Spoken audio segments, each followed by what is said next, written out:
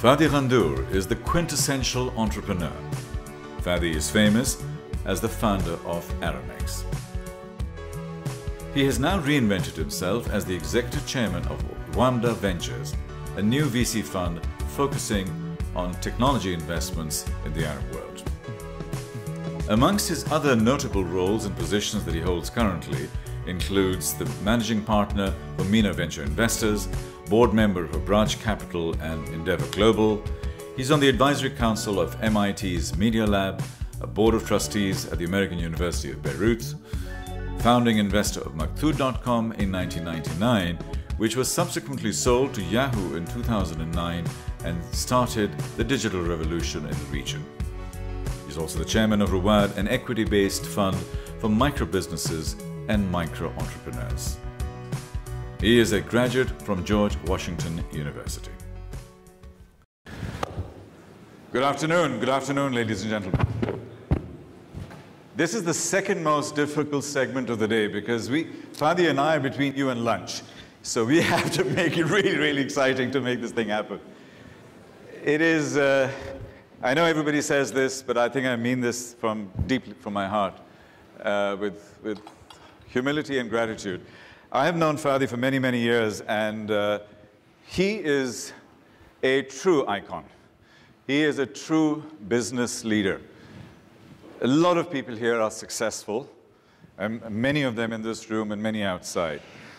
But success is measured not just by numbers, but it's measured by contribution, is measured by sustainability, is measured by a future vision, it's measured by commitment. But even more than all of those things is measured by character. He is humble, he's authentic, he's real. He's a very, very special man. Could you please give him a big round of applause to start this thing?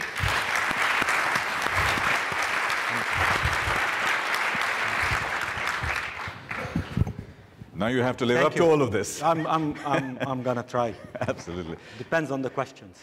The questions are easy. I see you as a revolutionary, as an activist, as somebody who's ready to shake the tree. Do you see yourself like that? Absolutely. It would be boring. I would have a boring life if I didn't think that I was like that. No, look, revolutionary in the sense that I kept my very innocent and sometimes stupid habits of a naughty boy, if you want. Yeah. So I questioned a lot of things. I refused authority consistently. Yeah. I like to explore. Mm-hmm. So that's, revolutionary in the sense that I thought things could be done better also. But I ended up being an evolutionary person. Indeed. So I didn't revolutionize anything. I just had fun doing whatever I was doing. But you're changing the landscape. You're changing the startup landscape. You're inspiring young people through your activism and through your authentic effort in this space. So I'm a believer that role models are essential, and role models have a job to actually go out and shake things up. You have a duty to do whatever you're doing, specifically if you have actually felt that you have achieved something, that you have a message, that you have a story to tell. People get inspired by it. People think if he's done it, I can do it.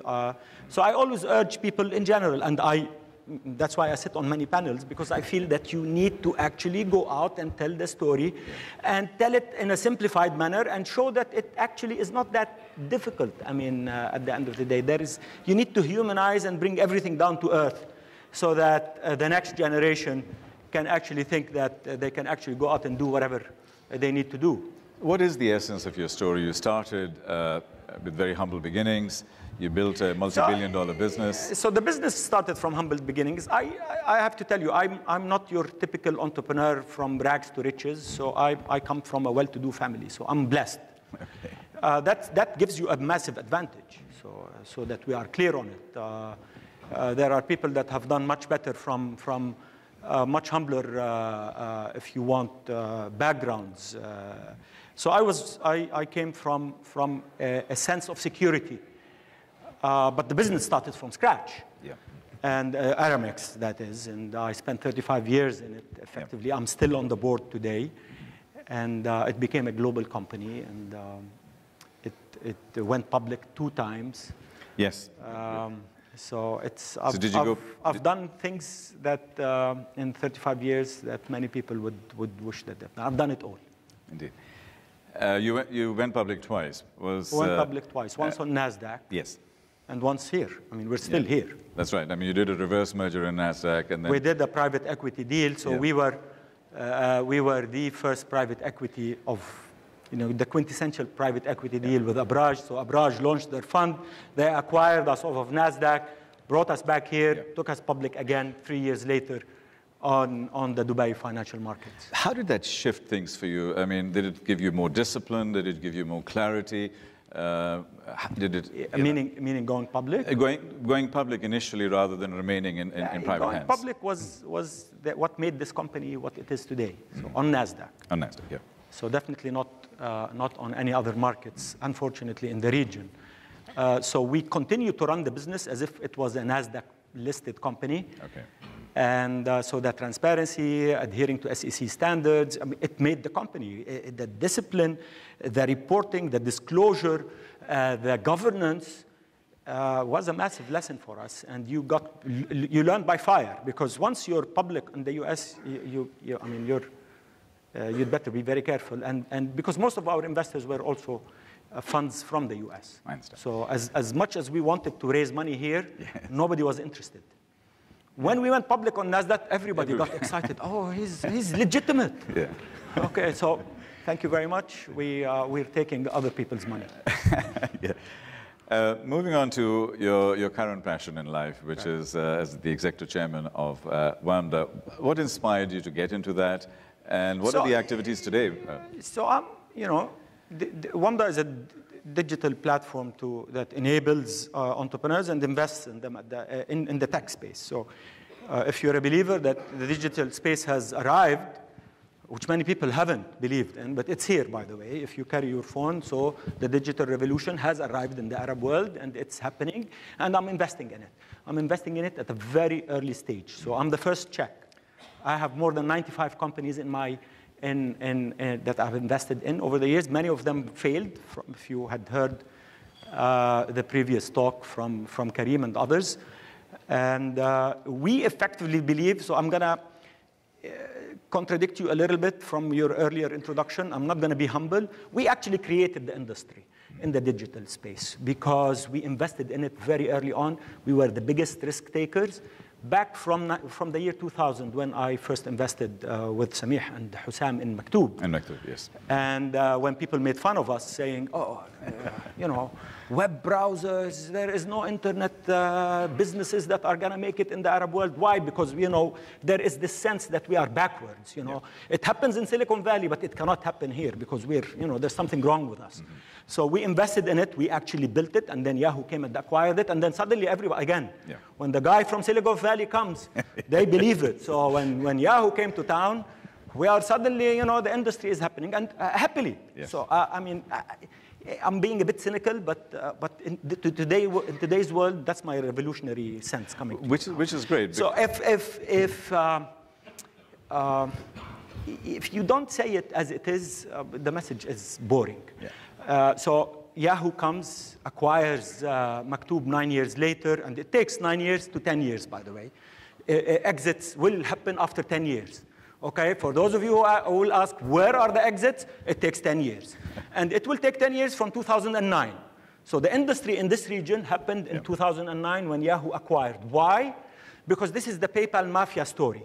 So when PayPal got launched and then got acquired, and the Elon Musks of this world, the Reid Hoffmans of this world went out and built Silicon Valley of the 21st century, Maktoub is exactly the same story. So Souq.com is a product of Maktoub. The founders are owners of Souq because lovely Yahoo said to us, we're not interested in Souq. You take it. We're only acquiring the other side of Maktoub, and happily, because and you will hear more stories about souk very, very soon.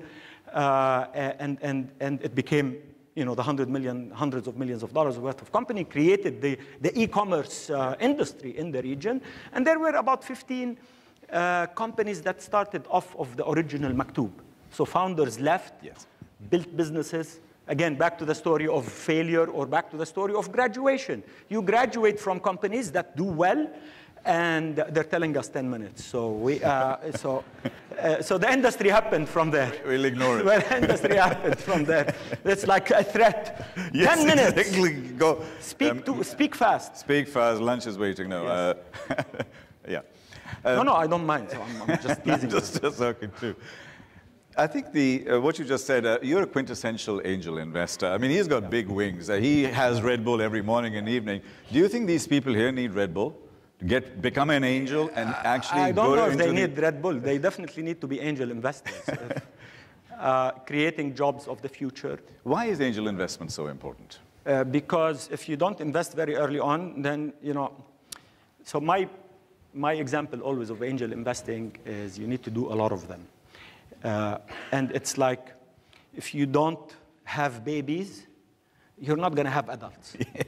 Okay? So it's not, you know, there are no miracles in this. Yeah. There's a biological story to it. Yeah. You need to get married, you need to have a baby, Yeah. and then that baby becomes an adult and does whatever he does. So it's the same thing in startups. You need to invest in a lot of baby startups so that you can have the souks or the Amazons or the Maktubs. So the base is massive. Yeah. The base is massive. There are thousands, literally. We alone, as a fund, saw about 700 companies last year, interviewed for investments. We ended up investing in about 10 last year from these 700. But somebody needs to give them that first check so that you can validate that idea, whether it makes sense or not, or to get them to fail.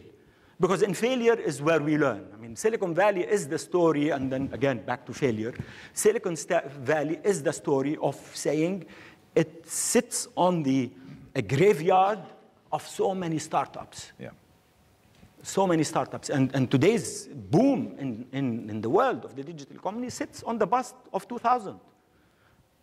I mean, most of these startups, founders either came back in many different phases, in many different, but with experience under their belt. And there's nothing better than actually tinkering and failing than to build the next business or the third business. So I would always invest in a failed entrepreneur in his second startup. Right. Because he must have had that. He must have seen the road. One of my definitions of failure, I use the 5 F's of failure: fail fast, fail forward, fail frequently, fail frugally, and failure is not fatal. Is that something that... Failure is a journey of learning. Of learning. So is that something we need to absorb? But it's not only absorb. I mean, if you take failure as a journey to... I mean, if you think of not making it as a journey in your first round, as a journey of learning, then it's not going to be called failure. It's going to be called a journey of learning. Yes. And then we destigmatize it. Yeah. And then take the cultural threats of it. Because they tell you the Arabs are risk averse. Don't buy that. I don't buy that at all. Don't believe them. So people take risks. The Arab world is filled with entrepreneurs. This doesn't have to be, I mean, the private sector in the Arab world has done well for itself over the years. Even though sometimes we like to depend on government because it loves us and it smothers us sometimes. And we love their contracts, and we love oil and gas sometimes and make money out of oil and gas. But the reality of the matter is that's changing and changing fast. Because, I mean, these are Harvard people, so I don't need to preach on them. But in the digital economy, the entrepreneurs are not taking permission. They don't care whether licenses come up or don't come up. They're going to build their apps, and they're going to disrupt, and they're going to do stuff, and they don't care whether you invest in them or not, because it is a world of permissionless innovation, as my friend Joey Ito says at MIT Media Lab. Yeah. It's cheap to build a business, and it is, that's why it's easy to fail. Yeah. And you don't even know, some of the kids that are building apps today don't even know that they're disrupting anything. They're just coming up and you know, saying this, I'd like to do this better, and they're doing it. So in this sense, my last word on this, experience counts for nothing. because there's a new frontier here. And if you haven't experienced the digital frontier, you're going to have to worry. You're going to have to worry. So it's the traditional businesses that have suddenly woken up that there is e-commerce in the Arab world that's going to eat our lunch. The retail model is under threat because it didn't grow last year while e-commerce is growing 50%. Yeah. So the people that say people are not buying, they're buying, but they're buying somewhere else. They're buying in New York via Amazon, and they're buying in Dubai via Souk.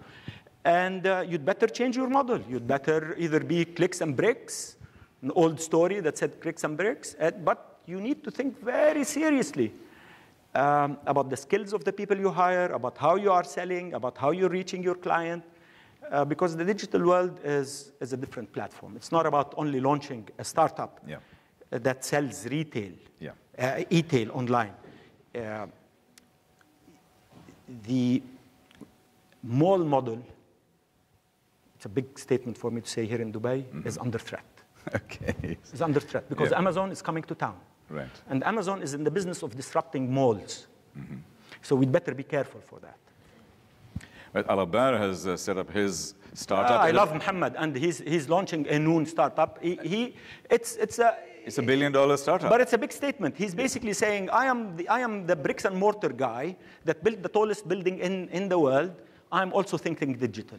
So we'll pay attention to Muhammad Al-Abbar because he's a serious guy. Yeah, he's a man that would not announce something when he's not serious about it. Yeah. And it basically says, and he's built the biggest mall, and so he basically is saying that I am not going to let this train move when I am in that business of the 20th century. Right. We must talk about education, and I know we've had this conversation before. We're at Harvard Business School event.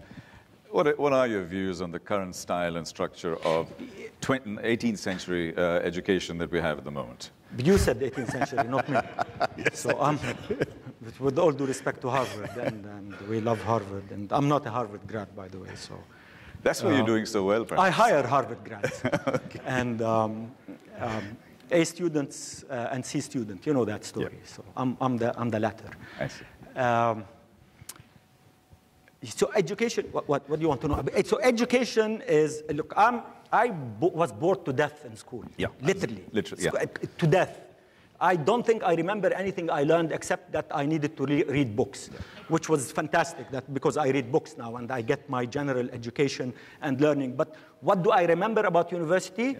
The cafeteria, going out. So I was a revolutionary, and I can't say this because it's so old they won't throw me in jail. So I was in the demonstration business. Right. An Arab student activist with a beard this big and hair, and Khomeini took over, and then Yasser Arafat got ignored, and then Rabin came and shook hands. I was the guy outside. You were out doing the bit. On Lafayette Square, because I studied in Washington, D.C., telling Anwar Sadat that, how can you ignore the Palestinians? Yeah.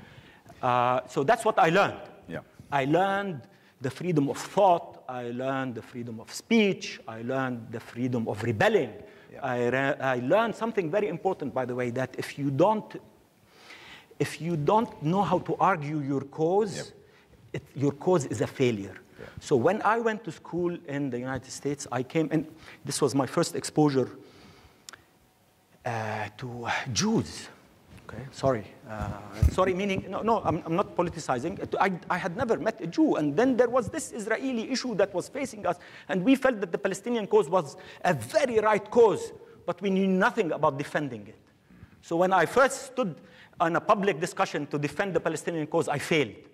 And I was so embarrassed because I didn't know my history properly. I knew it in general, but I knew that we had the right cause. But I learned that I needed to learn how to defend my cause. That's what I remember about education. And that's what the American education system teaches you. Right. So you come back with that critical mind that says, I can be an entrepreneur, even though I never knew what entrepreneurship was when I started my business. Yeah. So you need that open mind, critically thinking, challenging the norms, challenging the current status. So the That's four-year what an entrepreneur is. He's a challenger of the status quo, which is a revolutionary at the end of the day, because it means the status quo is not working. And so universities, I sit on the American University of Beirut board. And I am, and I can say it, I am bored with that board. I am bored. I just met the president, and I said, look, you wanna engage me? I need to feel that I am making a difference, that this university is going to go to the 21st century, that the classroom is no longer the place where kids are going to learn. When are we going to let them tinker? When are we going to create, for instance, an internship program in universities? Because Northeastern University has a fantastic program in the US, by the way. It's not Harvard, with all due respect, but you will not graduate unless you do a year of actual internships. And you know what happens to these people is they become legitimate, capable people ready for the job market. The current university sits within its walls, specifically in our region. You know, the West is trying, and you know, you have the MOOCs, and the MOOCs are challenging everything because in the classroom, the teacher sits and talks at me, and while I can be online, and it's the pull. It's the pull, not the push. I don't want you to tell me what I need to learn. I want to learn what I want to learn.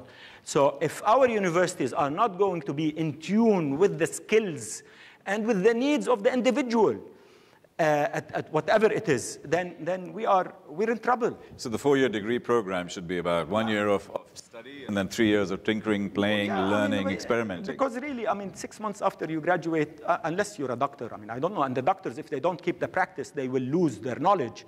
So imagine the people that study business. I mean, with all due respect to the Harvard Business School, imagine the people that study business. If they don't practice their business, what do they?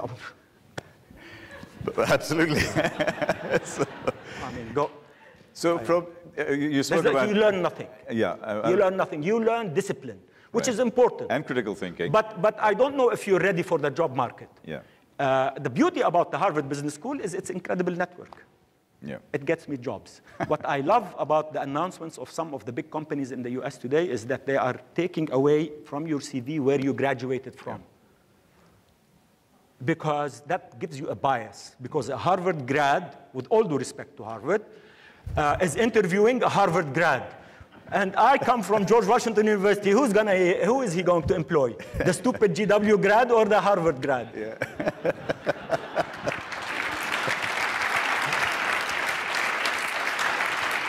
So, and you know, that's not a fair world. That's 1%ers killing us all. Yeah.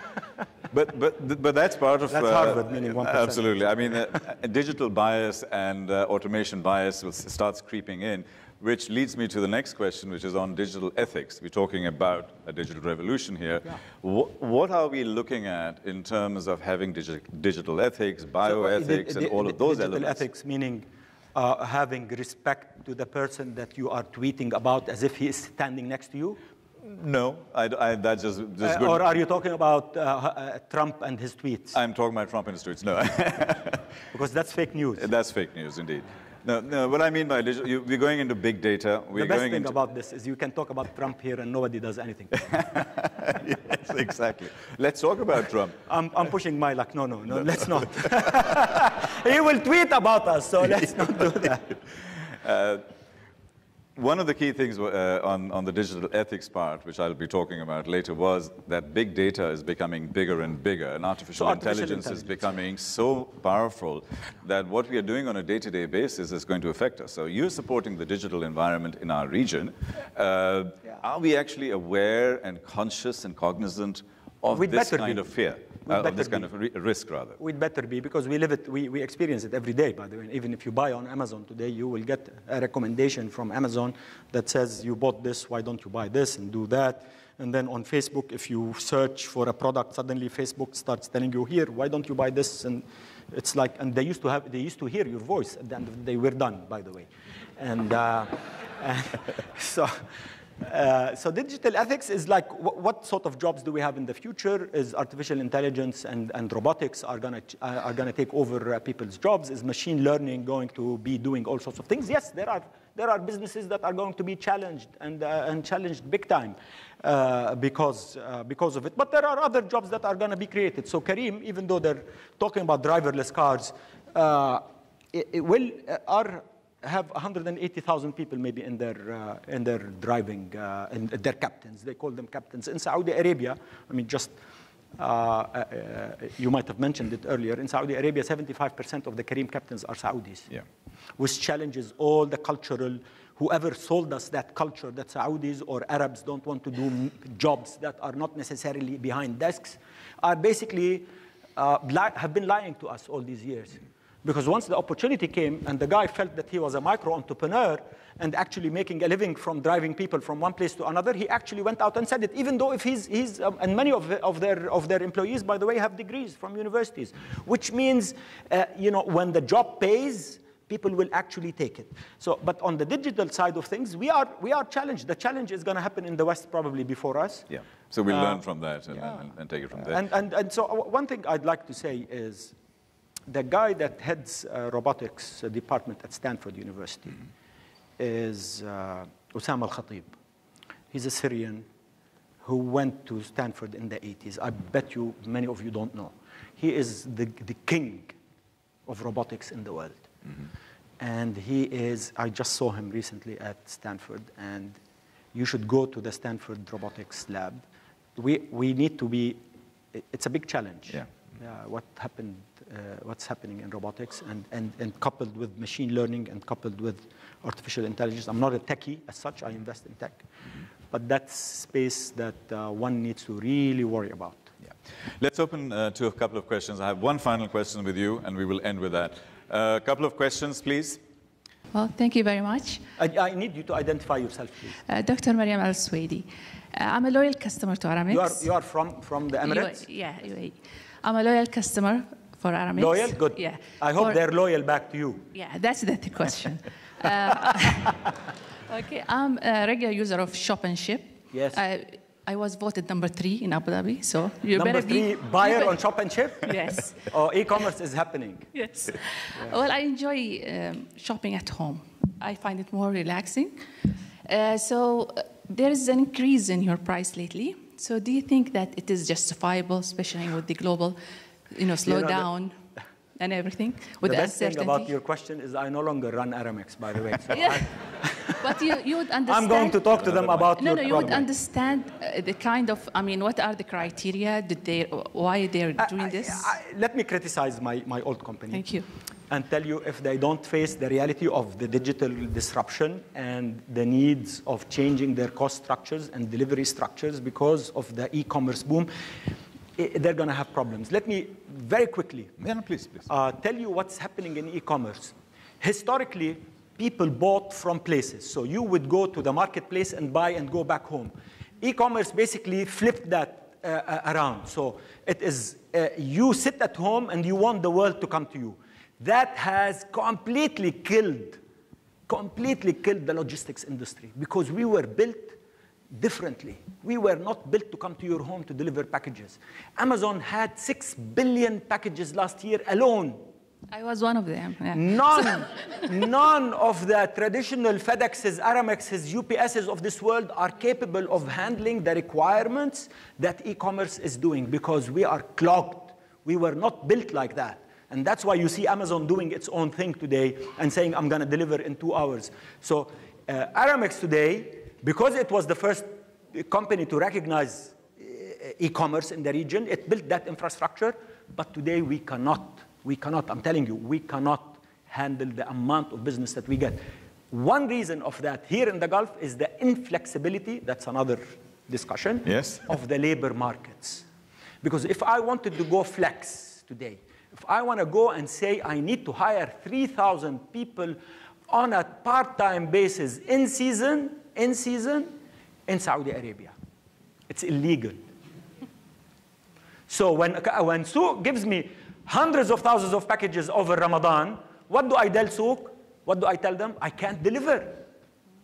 Because I don't have the employees for it. Because I'm not going to build my employee base based on seasons. And the world lives around seasons in e-commerce. So what happens is you get 10-day delivery times, and Aramex gets slapped all the time because they can't deliver. So if you want to create jobs in Saudi Arabia, have a flex job market, because the world is moving into that. Thank you. Did I answer your question? You haven't trashed the banks yet. They don't lend money. I was at a Financial Times event this morning, and I did that completely. And so I'm. so you run. I don't know if there are bankers here, but in that one there were plenty of those. So and they hate me now. So fintech is going to. They're not supporting the SMEs. Nobody wants to go to a bank anymore. Here's my bank. Yes. So yeah, absolutely. The bank doesn't. A quick question, Mustafa, then we wrap up. Hi, Mustafa again, Passion Guy. Thank you, Fadi. What's the way for companies to handle the risk, which is obvious, of the globalization in the tech? Because now you're talking about retailers. You don't have to buy from suit.com. You buy from Amazon. You buy from anywhere else in the world. The company is set up somewhere, manufacturing in India using any company. It's borderless world. And robotics. Now you're talking about drones and all of this doing the delivery. Yeah. How are you going to capitalize, you as in anybody here, capitalize on this opportunity and mitigate the risk? Well, I'm investing in it, but what I'm telling traditional businesses that are there, that look, businesses and businessmen in the Arab world, and I was one of them, it got chubby and close to government. Rafiq al-Hariri, bless his soul, the ex-prime minister of Lebanon, we met with him once as something called the Arab Business Council, whatever. And we told him, look, you need to help us open markets and have free trade and movement. You know what he told us? He says the worst people that are protectionists in the Arab world are who? It's not the regulator. It's the business community that doesn't want to compete. So he said, you guys are hypocrites, effectively. You're building the walls, and you're telling me now to break them down. If you want to compete, go improve your products effectively and compete with the global products. So what the digital economy is doing to all of us, and God bless Amazon and the rest of them, is that they're getting us to shape up. We either sell with them, we either improve our products, because no one is going to protect us. The world is, despite Trump's wars, despite Trump's global trading wars, and he's just stopped airlines from flying to the United States by creating this false impression that if you have your iPad with you, then everything is danger. That he doesn't want Emirates Airlines and Etihad to fly to the US. That's his protectionism. Despite that, and look how they got scared from the competition that comes from the Arab world. Because if it was the other way around, and I'm changing the subject, because if it was the other way around, that's the activist if it was American Airlines flying into the region and we suddenly throw protectionism at them, what would they do? They'd say we're backwards. I'm sorry. It's an unfair world, but we're going to fight it anyway. We're done, man. Look, Tariq, if you keep me here, somebody's going to throw me out. No. So, let's finish. This is a closed room. Let's end this misery. And while you're ahead, a couple of quick questions. I mean, I know we are late for lunch, and I've been getting the look and the push and the nudge and everything. Do we have time for another couple of questions, or you want to close this thing? Yes? One? Okay. Ma'am, quick, feed the mind. Feed the mind. I'm hungry, actually.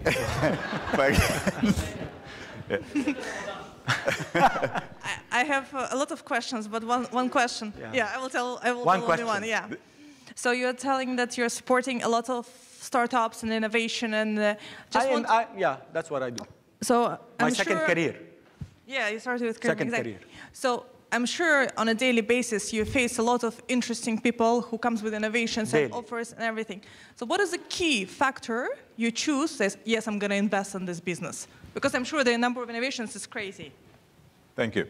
Key factors in choosing the company that I invest in? Yeah. So there are several key factors, but you must have heard it before. So we look at the team. We don't like single founders unless they're, I don't know, Harvard grads. That was not serious. So we like teams. We like to see their traction. We like clearly to see their passion. If he starts talking to me about exits, I'm not going to invest in him because I have zero interest in anybody thinking of his exit. I like entrepreneurs who are building businesses. I'm in the exit business because I'm an investor, so I need to exit. But the entrepreneur does not need to think exit. So I look at character, I look at grit, I look at his understanding of his place, I look at his passion. Does he really want to do this? Does he get the industry he's getting in? I mean, the guys, I like to talk about Kareem. Ronaldo Mshahwar from Souk and Kareem, founders, Mudassir and Magnus, are just incredible people. They are, for instance, the Kareem founders talk to you, they want to actually create the company that is going to make a difference in the world. And they want to do it through whatever Kareem does. And they're clearly building the passion and Thank you. Clearly building the traction. And any question from this side? So that's what we do. All right. Last question there, ma'am, and then we go for lunch. Quickly, make it count. Everybody's waiting. And please identify yourself. Hi, my name is Suad. I work in education. Now in where? Well, I send students abroad. So many students, they don't want to go abroad. They want to do it online, you know, work and study. And it's like shopping online, you know, studying online. It's the same, but it's not allowed. It's not allowed? No. Yeah, because we have, you know, again, the education ministries are so powerful that they impose on us on this thing that they have to certify our certificate, whatever we get, the university degree that we get. And it has to be from the Ministry of Foreign Affairs, stamped in triplicate, sent back home. But that's because you want to work in government. Because if you don't want to work in government, I assure you, in the private sector, we care less about your degree. We will not interview you based on your degree. That is only a question out of 10 questions, 100 questions, and mostly we employ on character. We employ on inquisitiveness. We employ on going out and solving. If you have a degree from a fantastic university and you are boring, you're not going to get employed.